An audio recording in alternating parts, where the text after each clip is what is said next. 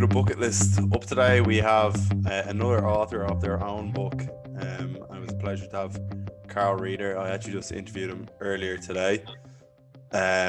Many people probably won't know who Carl is. He's recently got a book out called Boss It, which is all about becoming self-employed and making your own business, but in a really kind of practical way. It's not kind of a big self-help book that's kind of trying to inspire you to do it. It's more like these are the actual steps that you have to take to do it, which I thought was quite good. And I think for a lot of people, they wouldn't have probably known. It was almost like kind of doing Leaving Cert Business all in one book, though.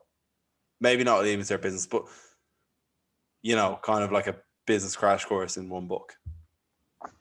Yeah, Leaving Cert Business was great. Fantastic. A very useful subject that you learn a lot through your 2 years studying it. I actually do think I learned a lot in business. I'm not sure if you're taking the piss or not. I am taking the piss, yeah. Well, I think you could do the whole course of Leaving Cert Business in 3 months, but that's neither here nor there. So yeah, he's an entrepreneur. How did you find him? Did you think he was very good, or? How did I find speaking to him? Sorry, yeah, I really enjoyed speaking to him. Really interesting. I just like hearing his opinions on different things. Like, for example, we were speaking about kind of, you know, these kind of massive high growth companies like Uber, for example, that haven't made any proper profits yet, but are just constantly VC funded, or In the unicorns. IPO funded now. Yeah, but like he was kind of talking about, he thought that was all, you know, bullshit really, until he realized when he saw Amazon actually do it. You know, it's just like constantly about gaining market share. But then I was kind of pushing back, because is that actually a good thing in this day and age? Because the market share that they can acquire now through the internet is so large. It's not as if they're just acquiring like the American market. They have the whole, like Amazon probably will eventually be in every single country and like the dominant player if it keeps going unregulated. Oh, 100%. But I'm not sure if you can put like Uber in the same bracket as Amazon. Like Amazon has broadened it out and like diversified completely, like whereas Uber hasn't. Like Uber has Uber Eats, and they have also the ride sharing service. But like for Amazon, they basically do everything at this stage now. Like the Amazon Web Services, they have like the online shopping. They're getting into video, entertainment. Like they have now their shops over in the UK and America, where there's no staff actually working in the shops. It's all automatic. Like they have trolleys where if you put an item into the thing and automatically you get charged straight away, that kind of stuff. Whereas I'm not sure if you can put Uber in the same bracket at all. Like Uber have also like ran into a lot of legal problems, like in London. The Transport for London, TFI or TFL, they've like tried to ban them, and that's now an ongoing legal case. I think they have an extension on that where they can continue to run for the next year, and then it's going to be revisited. But in terms of that stuff, and like a lot of those unicorns though are a lot of spoof. Like what's the other one? The office sharing space. WeWork, which is a complete disaster.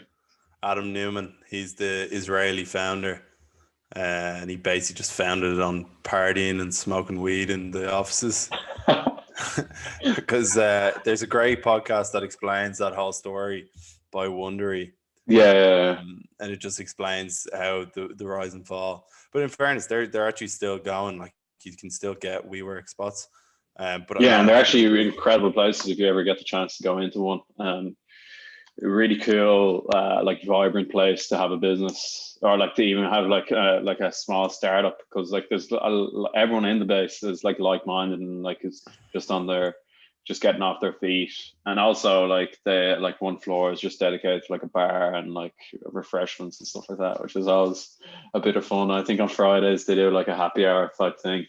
Yeah. So but yeah, no, it's like the book kind of dives into all that type of businessy stuff and what you really need to do. And I think he gives kind of a reality check at the start. Like it's a massive sacrifice, but at the same time, you can then like choose so much more for yourself if you actually want to, because like, you know, you can take that Friday off, or, you know, do the things that you want to do because you're on your own time, and that's very freeing.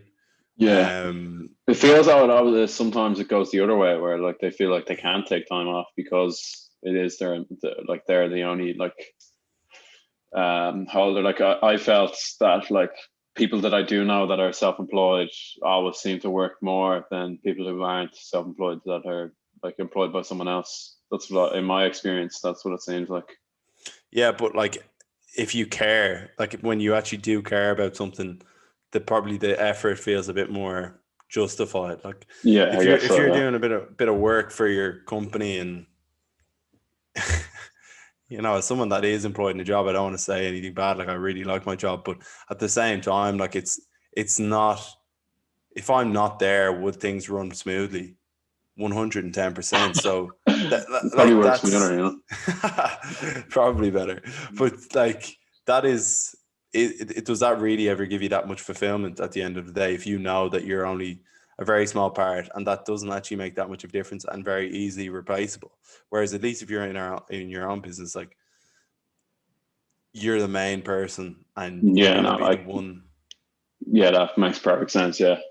Yeah, it's way better. Like you can the like achievements and stuff like that like clearly are better when you're self-employed and you can actually see the results right in front of you. Mm-hmm. Yeah, and one thing we got into as well was like networking, and I think it is so important to have a good, strong base of contacts. But what we were talking about was not in a way like to get something out of them, but just to be able to, if you need to have a chat about something in specific, that you have a person that's very, is very clever in that side of things, or and just be able to have that dialogue, and then also when you have kind of a good discussion with someone, it can just broaden your horizon when you're speaking to very smart people. Oh, 100%. Like that's where I think a lot of people fail when they're networking because they're just like using and abusing, whereas like networking I find is like, say if you're just at a party and you start talking to like random people who like have a different outlook on your like a topic or something, and like they can like change your whole opinion on it as well. Like, but that's what I find is great with networking, like meeting new and diverse people who have the ability to change your whole opinion on a topic. Yeah, but you're particularly interested in people though, as a person. Yeah, well, I just like asking questions to people and finding out like about them and stuff like that. Like I never really would talk about myself in a situation. I'd always just like ask questions about other people. Yeah, but that's like what actually people like. Yeah, but that's because a lot of people like talking about themselves, you know. Mm. But it's a very like once you kind of learn that, it's a very easy thing to implement all the time. Oh, 100%. And it takes the pressure off yourself as well, like when you don't have to talk about yourself, you know? Yeah, Like that's yeah, probably the subconscious thing about it, like where you don't like the pressure's off you because you're not the center of attention and like you can't like be people can't say negative things about you or like you don't get slagged, stuff like that if you're not the one who's talking about yourself. yeah, yeah. Yeah, no, that's an interesting point.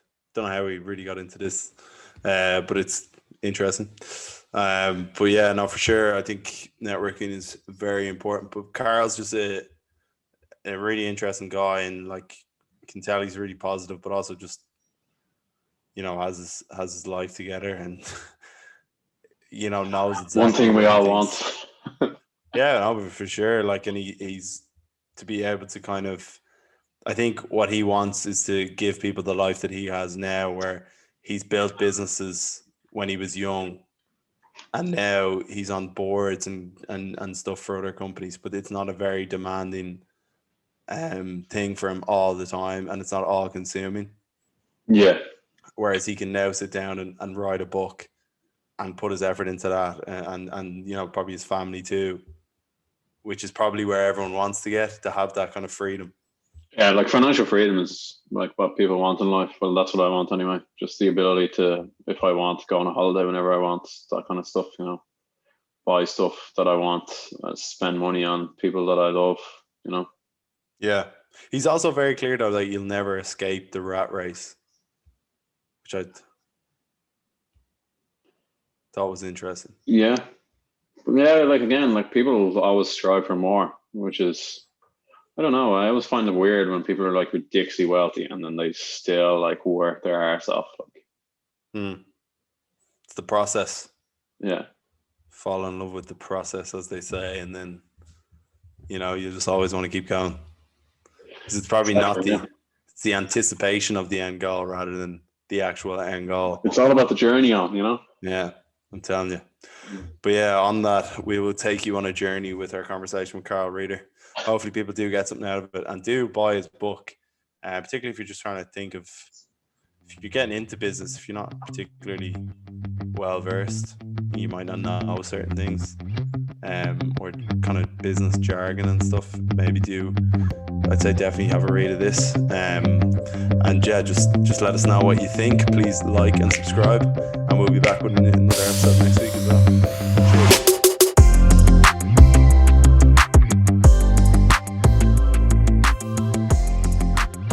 Carl Reeder, you're very welcome to the podcast. Thank you so much for coming on. Hope you're keeping well. So you've written a book. If you could kind of give like a bit of a brief synopsis about what it's about, and as well why you decided to write the book, would be great to hear.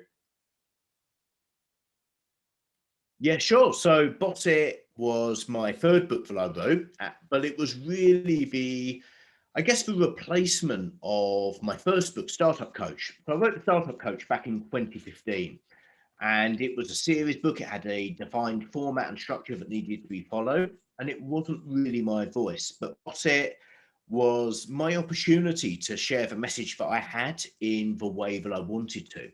And I had a few things that I wanted to achieve through that. The first was that I wanted to combine the why and the how.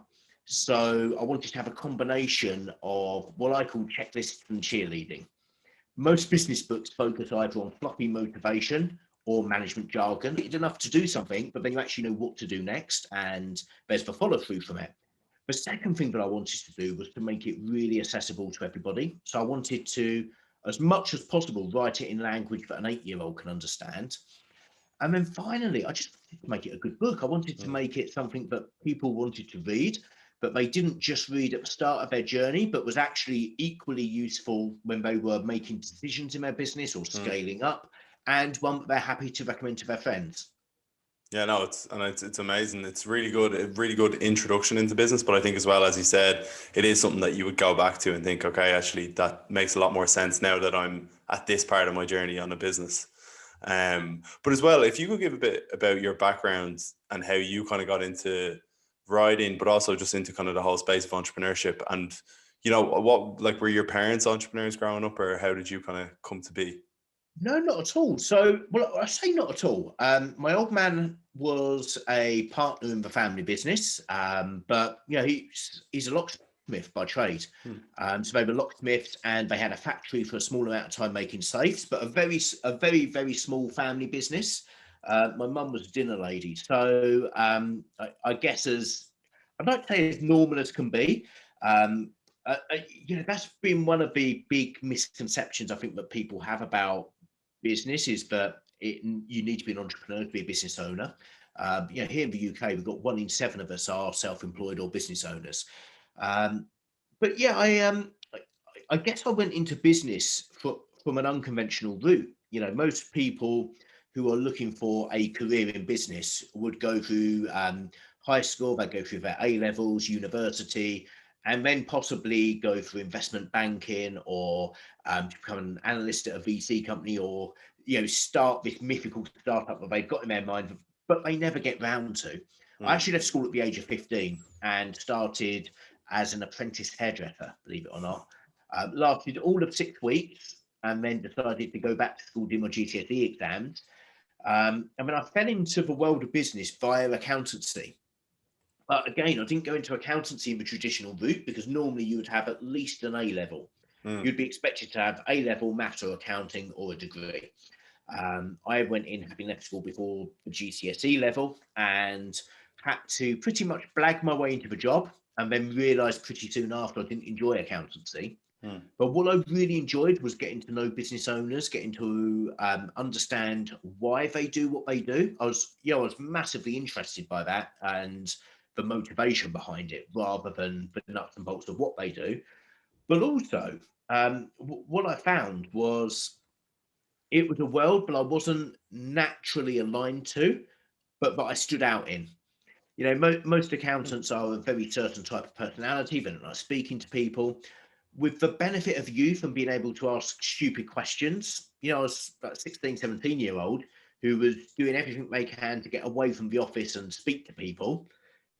But I had permission to ask stupid questions because I was only 16 or 17. And I found that over time, you know, over, let's say, 5, 6 years, I built up a database of experience of having spoken to thousands and thousands of business owners, but was far bigger and better and stronger and more varied than any one business owner. So I kind of migrated into business advice. I then bought out the business that I was in. So that happened, kicked that off when I was 25, scaled it up to a multi-million award-winning business, you know, employing teams and all of that kind of stuff. And then from 2012 onwards, I started the process of stepping away from the business, which finalized in 2019, which was challenging. It's had its ups and its downs. So I now serve as chairman, and that's what freed me up to write the books and do the other stuff that I do. Yeah, it's interesting. And you talk about in the book networking, and I think that kind of comes back to your piece about when you got to know business people. And I suppose it kind of comes to the point where, you know, that kind of saying you're the average of your five closest friends or the people you spend the most time with. And I suppose, was that a big thing? Do you think that's a big thing when you start to kind of socialize and mix with people that are business people, entrepreneurs, or if you want to be a sports star or whatever, when you start mixing with the right people, your network really does, you know, condition you to become a certain person? Yes. However, I wouldn't exclude anyone through that. And that might sound nonsensical, but hear me out on this. I think that your network is, to use a cliche, your network is your net worth. And probably the best bit of business advice I've been given has been to, in fact, at the time, it's keep a file of facts and keep the details of everyone you meet. So I'd always knew that it was something you should do. And I've certainly seen through, I guess, my business life, the benefits of it, because you never know who knows who and so on. But what I would say is, just to counter it slightly, I think that you do end up being like the people that you hang around with. I think that like attracts like, and you tend to model the people you're with, whether intentionally or unintentionally. So, for example, you know, if you're a youngster, I don't know, let's say you like going out drinking and you're at university and you start socializing with people who don't like drinking but like studying, you're going to learn something from them. You're going to learn a small tweak in your behavior. So you do absorb, I guess, the way that people are. But I would also say that, you know, if you look at like football coaches, you look at you know, politicians, chancellors, and so on, sometimes the very best people haven't necessarily done it themselves before. Sometimes, you know, if you take Arsene Wenger at Arsenal, you know, he was a mid to low level footballer, and he ended up managing Arsenal during probably their most successful period. And we see cases of this time and time again. So I think that, yes, there's a benefit from hanging around people, but you need to really look at what it is that you want to learn from them as well. If you're looking at it from a one-way relationship, I mean, I myself, one of the things that I do in my business is I always try to have what I call an informal non-exec board. And that's just a group of people in my mind that I can call on for expertise. So it might be marketing, it might be people management, change management, it might be finance, it might be legal. You know, if I've got a legal issue, I know who I'll phone up and I'll just ask the question. Doesn't necessarily align to the 5 people you hang around with model, but it certainly is someone who's very useful to have in your contact book. Yeah. And do you find like people tend to be quite helpful in that sense? Because in my experience, I always find people, you know, if you ask things for people, like just a quick question like that, usually people are very, you know, they want to help and they like being asked for their expertise. But I suppose most people don't have that. Most people have a sense of shame to ask, I think. Yes, massively. So I find people are normally very willing to help. It's a, I don't really want to say this, but I'm going to say it anyway. Often those who haven't got the experience or haven't necessarily got the miles on the clock in business will charge for coaching and mentorship. but ones who've been there, seen it and done it, if you ask them, will give it away free of charge. Because they'll want to see someone else succeed, and it's a bit of giving back, and there's more to it for them than a commercial relationship. So yeah, absolutely, people are happy to help. It needs to be done in a certain way.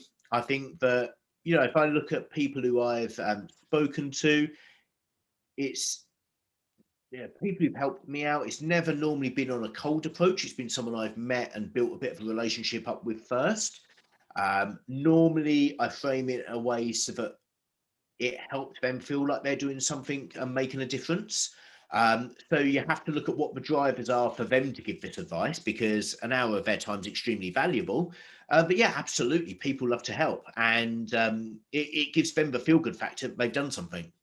For sure. And just to go back to the point you made there about a lot of the people out there charging, there is a lot of things on social media now, spinsters that are, selling cryptocurrency or whatever, get rich quick schemes.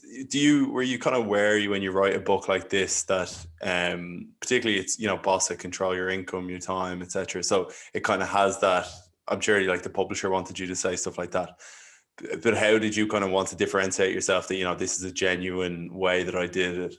Yeah, so a really good question, because you're absolutely right. This has been a major unfortunate trend in the world. And I think we've had the Instagram influencers with private jets behind them living in Dubai and all of that nonsense. You've got the TikTok nonsense, which is all Bitcoin scammers and basically dreadful advice. You got all of these get rich quick schemes out there. You got Facebook is typically make 6 figures on Facebook from your personal brand. You haven't got a personal brand.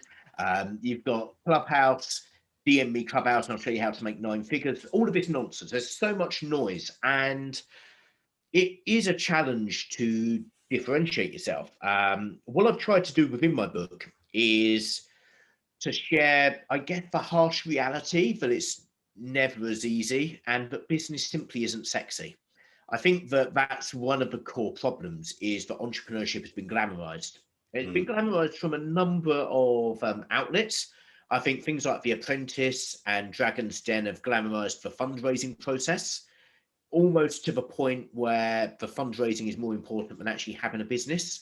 I think that there's a bunch of Instagram influencers who've glamorized the I mean, they're not kids anymore, but you can say the rich kids of Instagram lifestyle. Yeah, there's a TV show about that, but yeah, that lifestyle of this is how many new cars I bought today, which again is complete nonsense. There's a whole load of glamour and prestige put around entrepreneurship, and it all sounds very sexy. The reality is, business is bloody boring. Okay? It's business is not complicated, but it's not easy because it's hard work.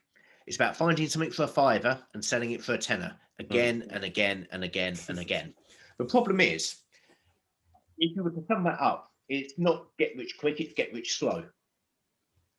And that's not very attractive to most people, because you look at, I guess, what are predominant personality traits in people.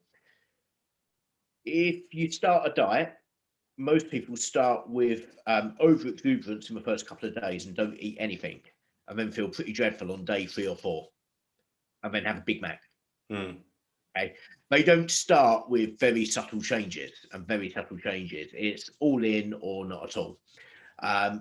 So human motivation from that side of things would show that people would gravitate towards get rich quick rather than get rich slow. Who on earth signs up for the diet that makes you lose a stone in 3 years? No one would. But the reality is, to do that, all you've got to do is have half the sugar in your tea rather than the sugar or whatever. It's such a minor change, but it's inconsequential, but it's not very attractive. It's not the quick win that we expect from society. So you've got that challenge. Secondly, consistency is one of the most difficult things to harness when it comes to human behavior. They say you need to do something 21 times or whatever for it to build up as a habit. It feels like it has to be much longer. We tend to look for the course of least resistance, and it's difficult selling something that we bought for a fiver for a tenner over and over and over and over and over again. It feels much easier just to raise money off someone, get the glory, and then hope for the best. So there's a number of things stacked against it. What I've tried to do in the book is to be honest about the hard work, the fact that the best thing about being self-employed is that you can choose which 18 hours per day you work. But actually, there's other things that are good about it. It's the fact that you can knock off on a Friday afternoon. It's the fact that you can choose to work with the customers you want to and choose not to work with others. And I think resetting that, resetting that expectation of what business ownership can deliver and the fact that it doesn't need to be unicorn entrepreneurship, I think that's a very powerful message that's much needed at the moment. Yeah, no, I think you're right, and I think you do lay it out really well. Like the first chapter is all just kind of a reality check, basically, for people that it's a massive sacrifice, and like the stats are incredible. Really, like how many businesses do actually even make $1 million after years? It's so small. It really is. Unicorns are called unicorns for a reason. And I've been fortunate enough to work very closely. In fact, I'm working very closely alongside a Series B funded startup. And, it's great to see what they've done. But I can imagine there'll be hundreds, thousands, if not tens of thousands of businesses with the same business model, the same approach, et cetera, but just haven't made it. Is it all down to something unique in the business? I'd like to think so, but you never know for certain. And say they're called unicorns for a reason. They are quite rare. How much do you think is luck? In terms of, like, I'm sure it's the same in life, I suppose. Luck falls into everything. But do you think, at the same time, just Facebook or something, Mark Zuckerberg had to be there at the right time. Obviously, then he makes the most of that opportunity. But yeah, so I think there is a proportion of luck. I think there's a number of factors. If we were to look at this quite honestly, I would love to say the world is equal, but it's not. So I think that upbringing, personal finance, career history, and so on has an impact. Certainly if you've worked in the VC world, you've got more chance of getting funding than if you haven't, because you've got people in your black book and you know the lingo, you know what to say, and more important, you know what not to say. I would say that there's a huge amount of luck. There's a huge amount of luck around timing, around the competitive marketplace, around product market fit, and around also the resonance as well. How well does your message resonate at a particular time? So I guess a great example of that would be Grenade.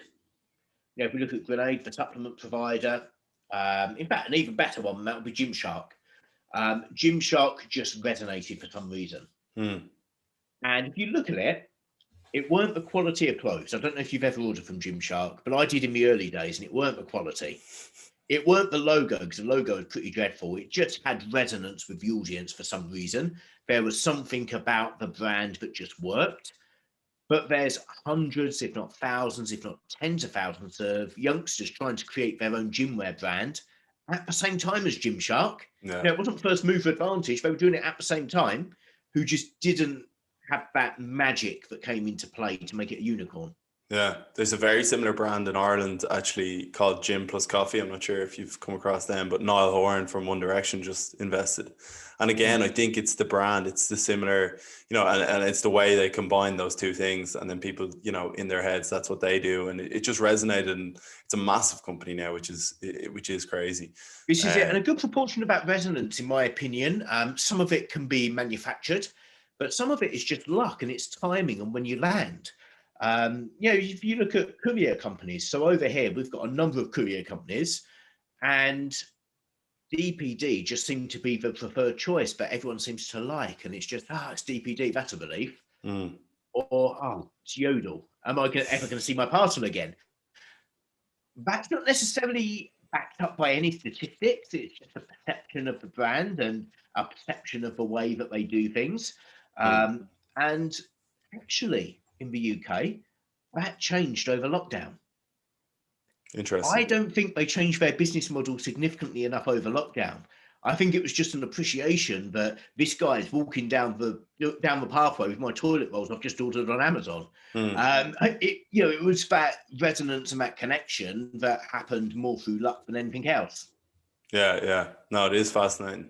And one thing you talk about as well is working hard versus working smart. And something I'm really interested in, because obviously again, to go back to this kind of Instagram culture where, you know, it's like you have to put in the hours, and you do mention obviously the sacrifice and working hard is very important, but I suppose about recognizing where, you know, your efforts actually are going to make results. I don't know if you've ever read, or you've probably come across the 80-20 principle. I'm sure you have. Yes. Yeah. You know, that's something I always like love thinking about whenever I'm doing something, like where am I actually getting the most amount of results from. But I think like a lot of people just like, and especially in an office culture, probably when you're working for the accounting firm, you saw this where people wanted to be seen to be the latest in the office, or, you know, work the hardest. Yeah. Yeah. So the 80-20 principle is a fantastic book. It's an old book by Richard Koch, I think. Richard Koch, yeah. So yeah, that's a fantastic book. Sometimes it gets misused. I think people look for it to be precisely 80-20, and it's more just a theoretical principle, but absolutely, I'm a big subscriber to that. I think that one of the challenges with today's hustle culture, and in fact, there's a couple of challenges. The first one, I think it's fairly unhealthy. I'm a proud member of the somewhere between 8 and 9 a.m. club rather than the 5 a.m. club. You know, I need my sleep, and the 5 a.m. club, working 18 hours and so on, doesn't work for everybody. And I think that if you're thinking of starting a business, or you're running a business, or indeed if you just want to live a happy life, you've got to look at what works for you and your body clock. And it might be, you know, I know for myself, I need 11 to 12 hours sleep, which is a huge amount, but I've come to terms with that, and I just get that amount of sleep. Other people just need 4 or 5 hours, and it's about understanding your body, understanding how much you can put in, how much unbroken time you can put in, and so on. So I think that's one of the dangers there. But also there is a risk that business owners, and in particular potential business owners, like to make themselves busy to feel that they're being productive, and I tend to call it creative avoidance. But typical examples of this for a new business owner would be designing websites, or designing business cards, or over obsessing over their projections, where actually the important stuff that's going to get their business off the ground is going out, COVID pending, going out, meeting people, knocking on doors, selling products or services. But that's the tricky one, because people don't want someone to say no to them. Yeah, yeah, and I love your mantra as well. Dream, plan, do, review, because like obviously, I think people do love planning, and people love writing a good business plan, or, you know, a to-do list for the day, and then looking at it, and that's what they kind of do for the day. And getting over that. Like, I love the quote, I don't even know who said it, but it's, you know, a good plan this week violently executed is better than the perfect plan next week. And I think it's so important just to kind of do things, and then you'll figure things out. Definitely. And, you know, the dream plan, do, review model came about from what I've observed of businesses, and what's worked, what hasn't worked. Often when you look at a business, it's down to the fact that the dream wasn't ambitious enough, or didn't fit, or was too ambitious and was disconnected from reality of the business. The plan was either non-existent most of the time, or over-engineered. Whereas actually we know that a business plan might look like a big thick pile of paper. It might be on 2 pages. It's actually about how well targeted that plan is, how realistic it is, and does it break down the actionable steps that you need to take. Fundamentally, most startups fail because of a lack of action. Most new business owners don't like picking up the phone. They kind of hope that some magical click funnels, or some magical marketing system will make it all happen for them. Spoiler alert, it doesn't. You've got to have a product or service, and you've got to sell it. And then finally, the review stage of looking back and just tweaking and adapting. But yeah, I completely agree with what you say, that a good plan that's implemented, was it viciously? Violently, I think it is. Violently, close. A good plan implemented violently, absolutely right. You know, provided it's aligned to the business owner's dream, and where they want to go, that's what you need to do. Yeah, yeah. And I love as well, you talk a lot about kind of like making things simplistic, and, or, you know, making sure things are easy to understand. And particularly if you have a team, I think being able to effectively communicate something, it does depend on how simplistic you can make it so that it's so easy for someone to do. And I think that's where, like, even you'll see this in work a lot as well, where you might get told something, or you tell someone to do something and they don't do it as well as you thought. And it's usually just because it's poorly communicated. And you talk a lot about kind of like an elevator pitch for your company, and you go through examples like Tesla and Canva, and it's so easy to identify exactly what they do and what their overall mission is. And I was thinking, do you implement that kind of short elevator pitch for every different thing that you do? So, for the book, this is exactly what this is going to do, or for, personal things as well. So I do. However, I go through the process of that when I'm trying to understand the messaging. But when it comes to communication, I think one of the challenges that a lot of business owners have is that they think about it as a one-way process. And without wanting to stereotype or point a finger at a certain bunch of people, techies are probably the worst at this. Yeah. How many times have you heard a pitch for something where it seems to make perfect sense to everyone else, and you sat there thinking, I haven't really got a clue what they've just said. Often the very best communication is narrowed down so it's using as few words as possible, but also the simplest possible words that you can. So my aim is always to make something understandable by an 8-year-old, rather than trying to impress upon people my importance or how many big words I know. So yeah, I think that it is important to do it. I do it as part of my messaging and trying to understand how it can be received as easily as possible by the other people. But often what we think is easy to understand isn't always easy to understand. Yeah. What do you mean by that exactly? So I've actually not got a specific example in front of me, but let me give you a hypothetical answer. You can imagine a tech startup that's, for example, talking about the blockchain, and their elevator pitch might be, and excuse me, because this isn't my area of expertise, but I'm going to give it a good go. Through our superlative distributed network on the blockchain, we provide excellent solutions to XYZ. Okay, sounds impressive, doesn't it? But what does it actually mean? Yeah. I know. I saw you posting on LinkedIn today about kind of, can someone actually explain to me what the mining process actually means when it comes to Bitcoin? And that's to fill in a gap in my own knowledge. But the problem we've got often when it comes to technology startups, when it comes to business solutions, there's sometimes a risk in the messaging, but we try to impress people, and that actually adds confusion. Whereas the reality for a blockchain project, probably the best elevator pitch you could have is, we make your contracts reliable through the use of snazzy blockchain technology. Yeah. Just make It's not going to win a VC pitch, but it will tell the public what you do. And there's a difference there, is there, in terms of, you have to have one pitch for the public and one pitch for an investor? Absolutely. And this comes down to basic communication skills. I think that you need to be able to communicate your business at the right level to the right people. So if you look at team members, for example, if you're running a business that has highly skilled team members of some sort, so for example, you could have a restaurant, and you could have everything from cleaners and waiters right the way through to a Michelin star chef. The content of what you say has to be different, because the waiters, waitresses, and cleaners are going to be motivated in a different way. They're going to have a different level of education about the product. They're going to have different needs out of the communication to the Michelin star chef.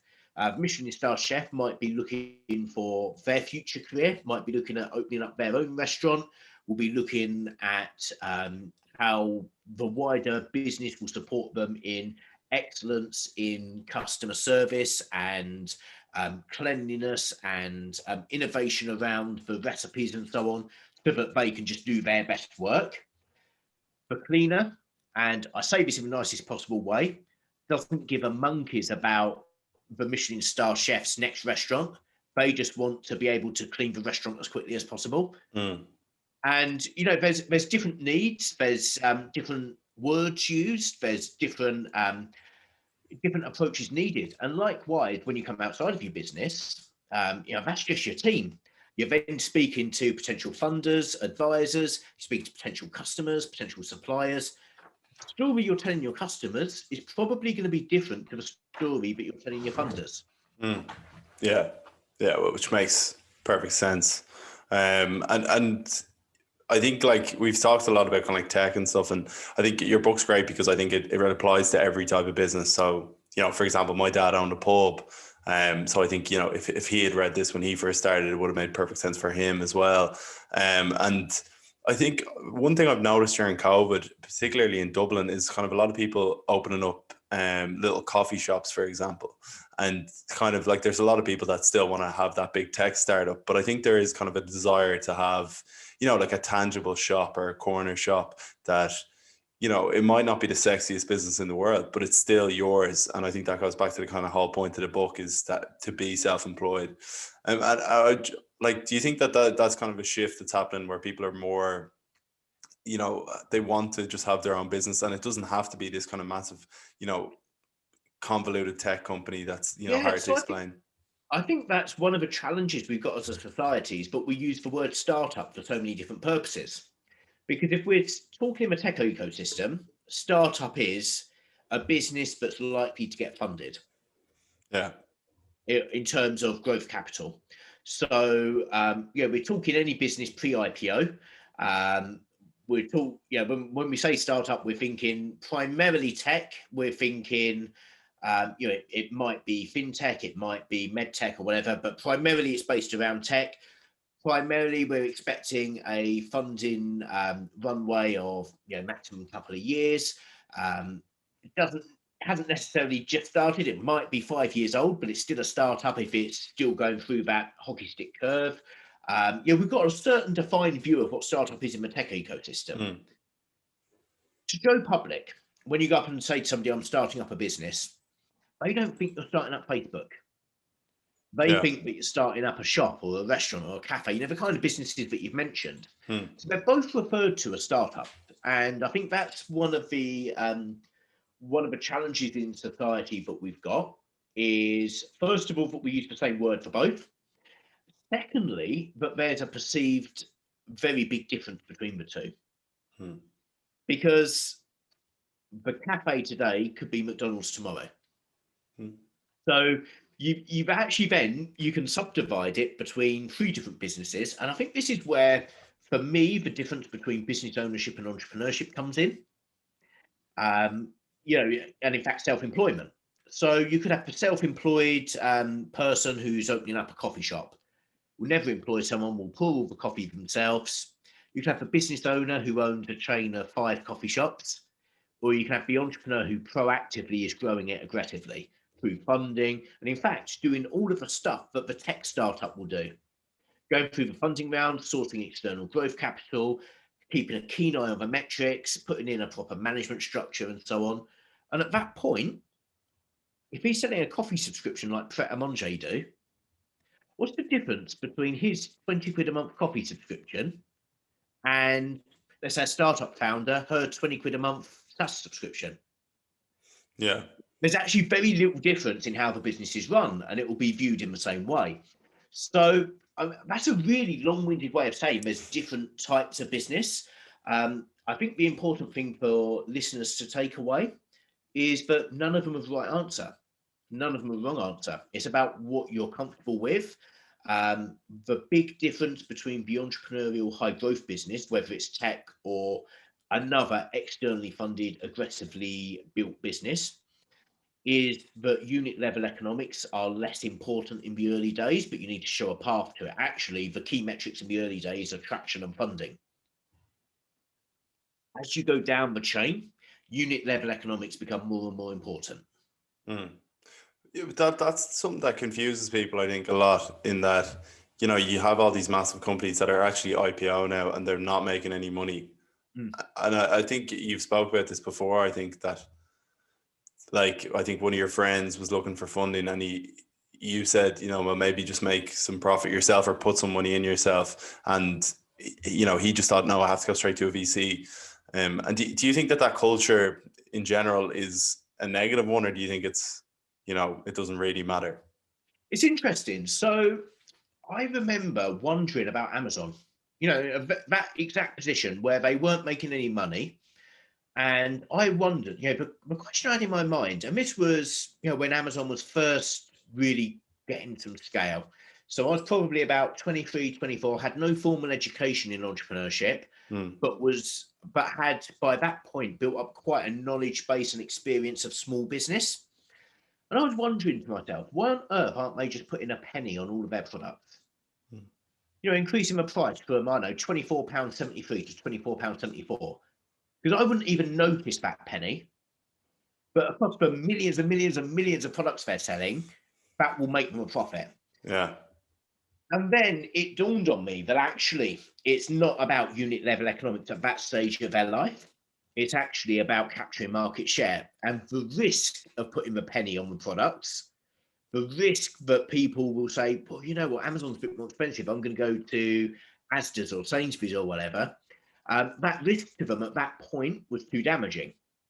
And that was the first point that I really understood that actually for them, their goal was building market share and getting traction in user and revenue growth rather than getting traction in terms of profit that a small business would look for. But is that mindset more dangerous now because Yes. your market share could actually mean the whole world now because our worlds are so interconnected? Yeah, so there is the danger of monopolies, and Amazon are obviously skirting close to it, but there's also the danger that the businesses run irresponsibly. So putting the monopoly issues to one side, because Amazon could potentially wield an unnatural amount of power over all of our buying behavior. But we need to put that to one side, and we're just going to look at pounds, shillings, and pence. If we look at how the business is managed as a business, the risk is, I mean, I touched on that personal experience of my friend Marcus, who had a VC-funded business and wouldn't put money in himself because ultimately that's somebody else's job to fund. The problem you've got is there's thousands of businesses with that mindset who are looking for this high growth.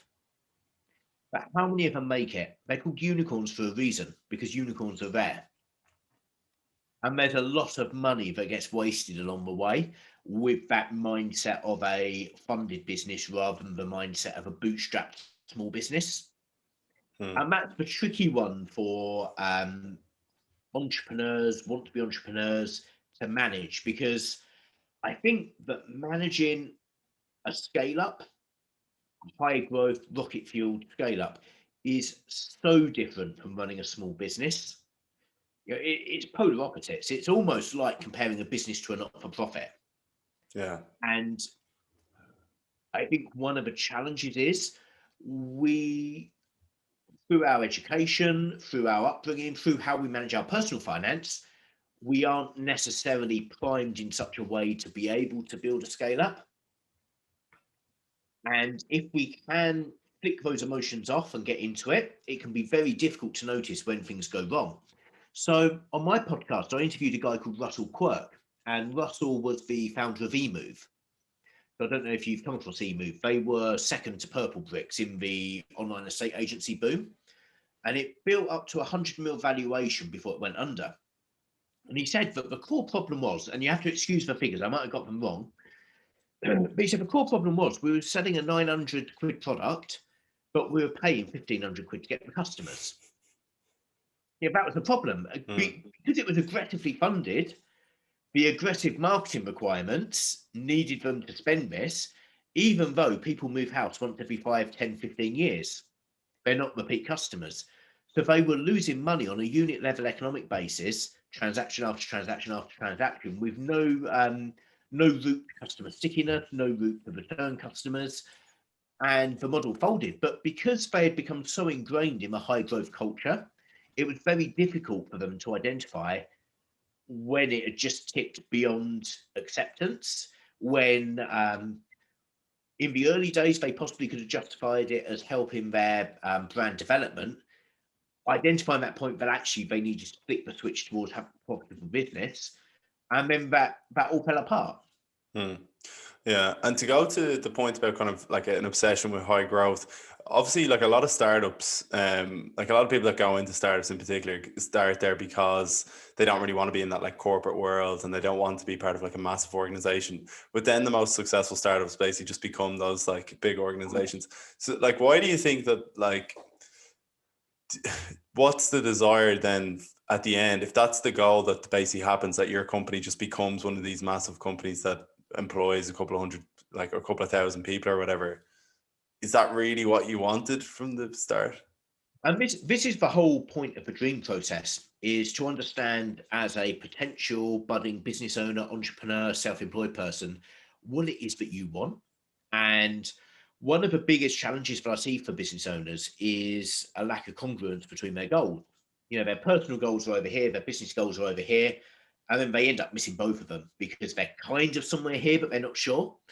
So you need to be absolutely clear that it all joins up to what you want. But also, this is now not so relevant for the small businesses and the self-employed, but for the high scaling businesses, you need to understand and appreciate and be emotionally prepared for when you need to step away. Because the person who's best placed to start a startup isn't necessarily the best person who's best placed to lead a 10,000 employee startup Mm. or at any other points in between. So understanding where your appetite and passion and desire is, I think, is really important, and understanding how long you want to be on that journey. Worryingly, and I can't remember the stats, but it's a shocking stat. There's a huge proportion of startup CEOs who get exited before the IPO. I can't remember the percentage, but it's more than 50%. Really? And it's a staggering amount. And we hold, Mark Zuckerberg and Larry Page and Sergey Brin, and so we hold them in high regard. But again, as individuals, they're the unicorns. There's a whole load of battles behind the scenes, and again, as a warning for anyone going down that path, the agreement is never stacked in your favor. Yeah.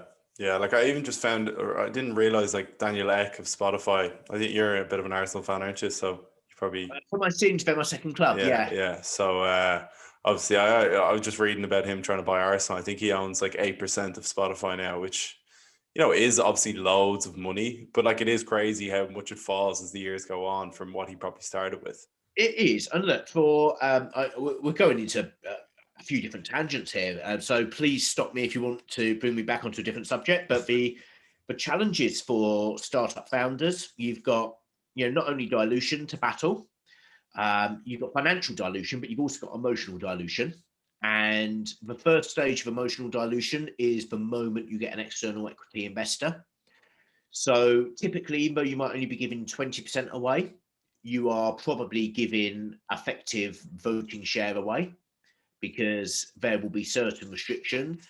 You will be giving away your autonomy and freedom because you'll be working for a boss, even though they only own 20%, and so on. So the emotional dilution happens before the financial dilution, but the financial dilution absolutely does happen time again. As you build your option pool, as you bring more people in and so on, you become more and more financially diluted. Following on from that, you've then got vesting. And the vesting provisions generally aren't too kind to CEOs. That brings with it challenges of when you can exit and so on.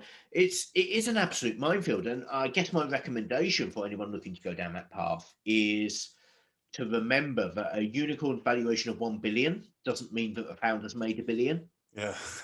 Now, they've made a few million, don't get me wrong. Yeah, they've made a few quid, but they haven't made 1 billion themselves. And there's a whole host of luck, high performance, sleepless nights, and so on that goes on behind the scenes. But to help protect yourself in that process, you need to make sure that you get decent advice on the shareholders agreement that you sign. Yeah. And what would what would be one of the main traits that you look for when you're speaking to an entrepreneur, if you're going to invest or you're going to get involved in trying to like help them out? Is there, do you mainly look at the product and the company, or is it the people behind it that would sway your decision more? People primarily. So for me, and I don't play at VC levels, just to make that clear, but people primarily. It's about their energy. It's about their honesty. It's about their motivations and understanding them. In terms of product or service, I'd be looking for product market fit. I look for stickiness. I look for a, a market that's distributed but can possibly be joined up in some way.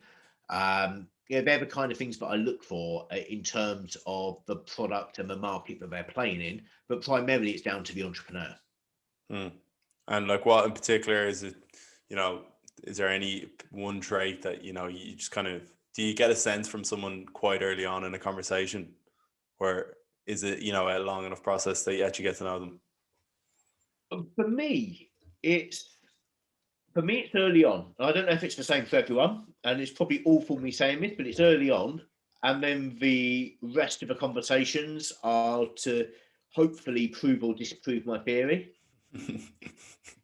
Whether that's the right way of approaching it, I don't know. But I think you get a gut feel. When somebody's special and they've got something about them and they can really drive it forwards. A good example was I shared the stage fairly recently not fairly recently actually, that's a complete lie. It was about 5 years ago, with a few entrepreneurs, and the two of them who absolutely stood out and had that quality about them was Simon Woodruff, who founded Yo Sushi and was one of the first dragons on Dragon's Den, and Steve Bartlett, who founded Social Chain. Yeah. And both of them, you could tell in their answers, in the topics that they discussed and the way they discussed them, but there's something between the ears and there was an entrepreneurial flair. Yeah. Embarrassingly, I couldn't even name who else I was on the stage with. And that really is quite embarrassing. But I could name a couple of the people in the audience who asked questions, only the ones that I remember. So there is something that an entrepreneur can deliver with that spark and that energy. And I think you can identify that fairly early on. Why do you think you remembered the questions? Why did I remember them? Yeah. Because of the clarity and insight that facilitating the answer delivered. So they were teeing up something of much more value to the wider audience. I just find that like really interesting, because I think that is always a really good opportunity if you can get a good question into someone. Usually the person that they know that's a good question. Absolutely right. Absolutely. And in that environment, you get a few different types of questions. You get the stupid ones, and we all have the stupid ones. I'm probably the master of stupid questions. We have the questions where we're trying to show how much more we know than the people on stage. And then we have the intelligent questions. And the intelligent questions are normally the simplest questions, but just lay the floor open for a further extrapolation on something that's been said. Yeah. But I think that's like, to go back to kind of simplicity. When you say if you had said a term or something that I didn't understand, it's like, it would make me look silly if I asked what it was. But at the same time, then it's probably opened up to any listener who didn't understand. And completely, there's no such thing as a stupid question. And the thing I find with questions is if you've got a question in your own mind, this is like taking it as an audience member. If you've got a question in your own mind, the likelihood is somebody else in the room has got that question. Yeah,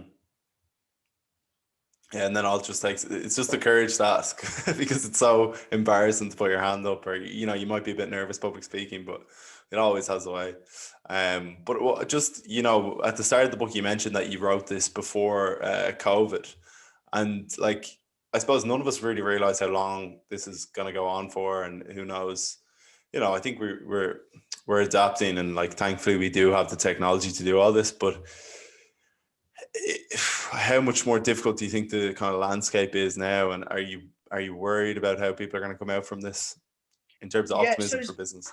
Interesting question. So obviously we don't know definitively that we're out of it, but it does feel like we're coming out. It feels like the vaccinations are working and there's progress, and it feels positive. Obviously, we have to caveat that with the fact that next week there could be a new variant found and doors shut again. We just don't know. And I think that's something we've all learned over the last year is, I would imagine this time last year we were thinking that we were on the path out. So, so yeah, it's hit us for 6, hasn't it? In terms of what will the environment be like? I think it's going to be more challenging than people expect. I think that during COVID, there's been winners and losers. And certainly in the UK, that's been quite magnified. I think that there have been some who've had either employers or government support that's really propped them up. There have been others that have had nothing. And there's going to be an increased disparity between the haves and the have-nots. I think that as the next couple of years unfold, my concern is around the funding markets. I think the banks will be looking to solidify their balance sheets. And I think that both the banks and equity funders won't be afraid to cut losses, trim out any fat, put it down to COVID to protect themselves going forwards. So I do think we've got a bumpy ride ahead. However, I also think we've got an exciting ride ahead. I think that tech has, or tech adoption has increased massively. I think that, yeah, if we look at the luxuries we had over lockdown compared to if it had happened 10 years ago, there'd been no Netflix, there'd been no home deliveries on Prime, and all of these luxuries that we've got now. And I think people are finally seeing the benefit of those luxuries and are receptive to more. So I think that's a positive. I also think there's going to be significant change on the high street and the way that we conduct ourselves socially as well. So yeah, I think it's a mixed bag. Yeah, no, it's going to be fascinating. And just as you said, I think hopefully now the vaccines has got everyone a bit of optimism, but just fingers crossed it is, close to the end of the road. I think even just being able to get home and see people would be great. But it's been fantastic speaking to you, and I've really loved reading the book, and I can see it's flying off the shelves for you. So delighted for your success, and hopefully we might get to chat to you again, maybe in person at some stage. Absolutely, fingers crossed we'll all be able to jump on planes soon. Yeah, absolutely. Gents, Brilliant. we'll chat to you then. Have me. Cheers.